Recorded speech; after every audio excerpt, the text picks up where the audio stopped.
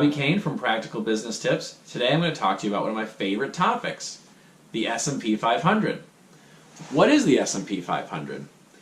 It's a composite of the 500 largest traded stocks that make up stocks on the NASDAQ and the New York Stock Exchange. Currently, the 5 largest of these 500 are pretty household names such as Apple, Amazon, Microsoft, Berkshire Hathaway, and Facebook. What makes the largest? What makes these the largest 500? Largest is defined as market capitalization. Market capitalization is defined as take the stock price times the number of outstanding shares, and you get the market capitalization. Currently, the market capitalization of all 500 of these companies on the S&P 500 makes up over $24 trillion. That's a really big number. The S&P 500 is considered as one of the leading economic indicators of the United States, and for that matter, the globe.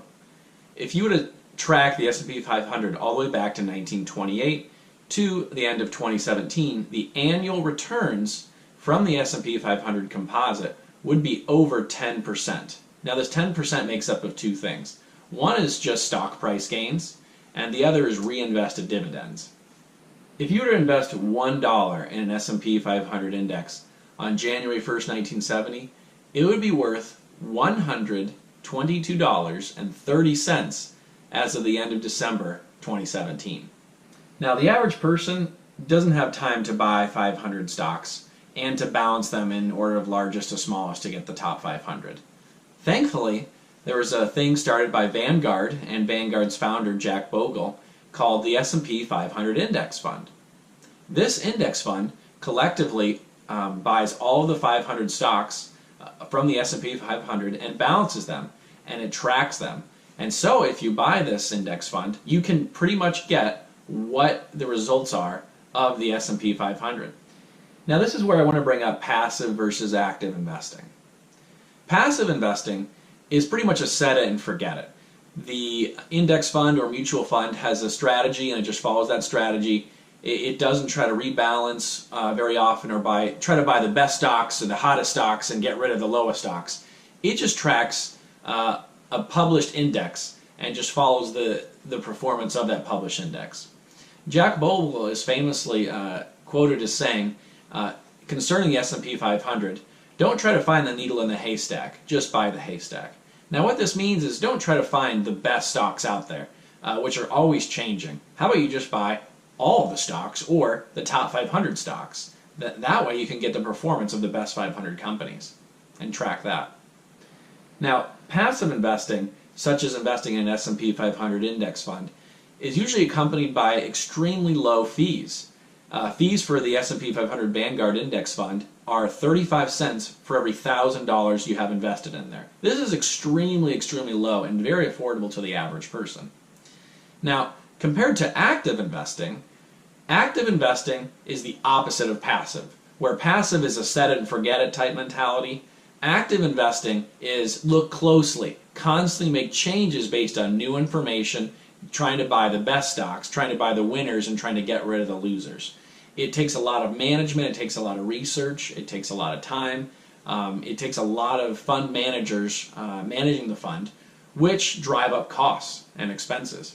The typical expense ratio of an actively managed fund can be as much as 1% or up to 2%. So this would mean $10 out of 1,000 would be a fee versus the 35 cents of 1,000 for the S&P 500 index fund.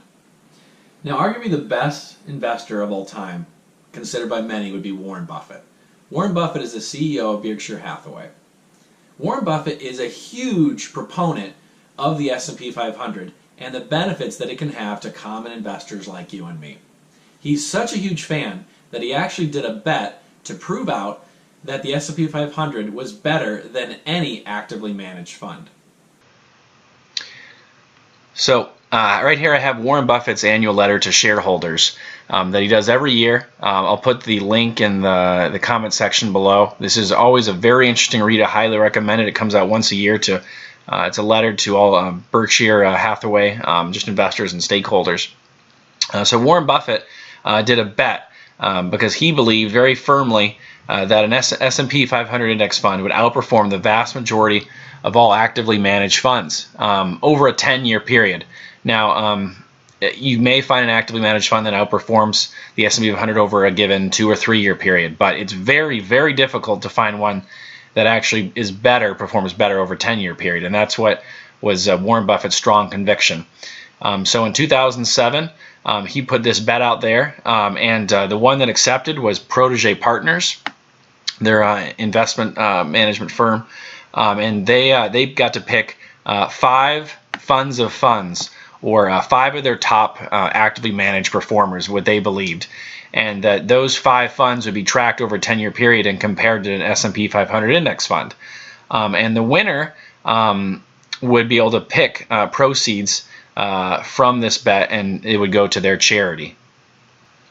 Quoting Warren Buffett here, I made the bet for 2 reasons. Number 1, to leverage my outlay of $318,250 into a disproportionately larger sum that, if things turned out as expected, would be distributed in early 2018 to Girls Inc. of Omaha. This is Warren Buffett's charity of choice. And number 2, to publicize my conviction that my pick, a virtually cost-free investment in an unmanaged S&P 500 index fund, would, over time, deliver better results than those achieved by most investment professionals, however well regarded and incentivized those helpers may be.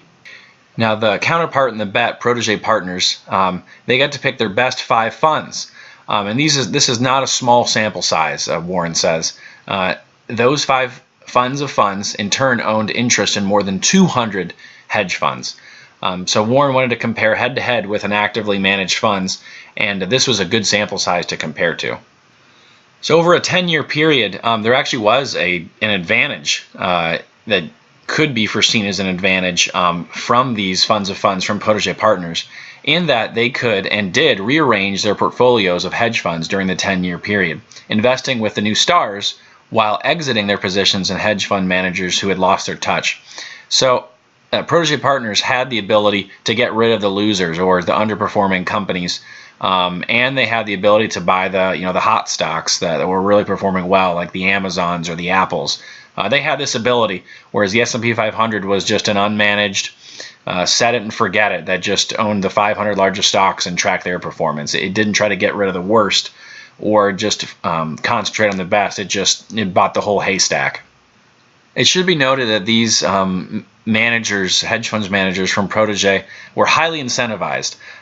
They would make more money if the funds did well, and they would make less money if the funds did not do well. Either way, they would make money. Even if the funds lost money for their investors during the decade, their managers would grow rich, says Warren Buffett. That would occur because fixed fees averaging a staggering 2.5% of assets or so were paid out every year by the funds of funds investors, with part of the fees going to the managers at the 5 funds of funds, and the balance going to the 200 plus managers of the underlying hedge funds. So what were the results? Well, the results were pretty interesting.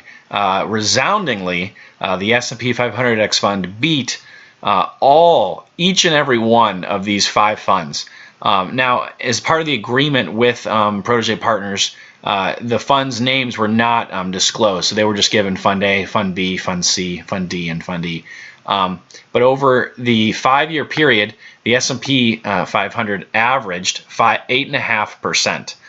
Compared to all these funds. The highest one was 6.5%, and the lowest was a measly 0.3%. So, I mean, this just goes to show you that the S&P 500X fund resoundingly beat this bet. This is not even close. 8.5% compared to the best was 6.5%, and the worst was 0.3. Warren Buffett did say that you maybe could think, oh, maybe the years 2008 to 2017 were odd years. But no, he says that if you asked many experts at the beginning in 2007 what was a long-term 10-year forecast, many likely would have averaged close to 8.5%. And so there's nothing amazing about what the S&P 500 did over that time period. In fact, even more interesting, everyone is aware of the Great Recession in 2008, and in fact, the S&P 500 actually did worse compared to its counterparts of the actively managed fund. It was a minus 37% versus every other one was a lot lower. So all of these actively managed funds started out a lot better in 2008 during the crash. But over every year following, the S&P 500 index fund beat pretty significantly all of the actively managed funds. So as Warren Buffett says, performance comes and performance goes. Fees are guaranteed. So if fees are guaranteed, why not pick something with the lowest fees, the S&P 500 Vanguard Index Fund, and that has a high probability of performance? I'm currently reading The Intelligent Investor by Benjamin Graham, which is Warren Buffett's one of his favorite books of all time. And in the book it talks about the chief problem for common investors like you and me. Now you may think to yourself, what's the chief problem for investors? Is it the economy? Is it the political environment? Is it trying to pick the right companies?